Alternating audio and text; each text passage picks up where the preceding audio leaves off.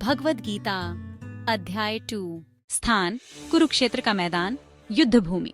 संगीत धीमा चल रहा है। अर्जुन चिंता में है और श्री कृष्ण उसे समझा रहे हैं। विस्मय में, हे कृष्ण, मैं अपने ही कुटुंबियों के साथ युद्ध करने को कैसे तैयार हो सकता हूं? यह तो पाप है। शांतिपूर्ण स्वर में, अर्जुन, तुम यह क्यों भूल रहे हो कि शरीर केवल एक साधन है, आत्मा अमर है। यह न तो जन्म लेती है न मरती है संकोच में।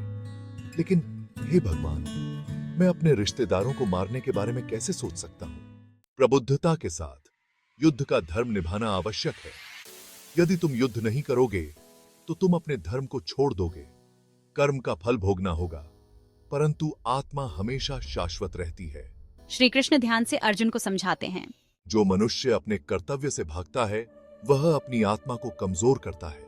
इसलिए तुम अपने कर्तव्य का पालन करो, बिना फल की चिंता किए, सोचते हुए। लेकिन मैं यह समझ नहीं पा रहा हूं कि मुझे क्या करना चाहिए। दृढ़ता से, अर्जुन, कर्म करना ही सर्वोत्तम है। फल की इच्छा छोड़कर अपने कर्तव्य का पालन करो। यह ही सच्ची योगाभ्यास है।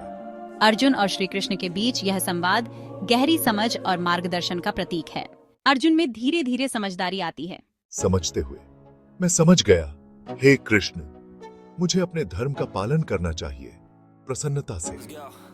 ठीक है अर्जुन, अब उठो और अपने कर्तव्य का पालन करो।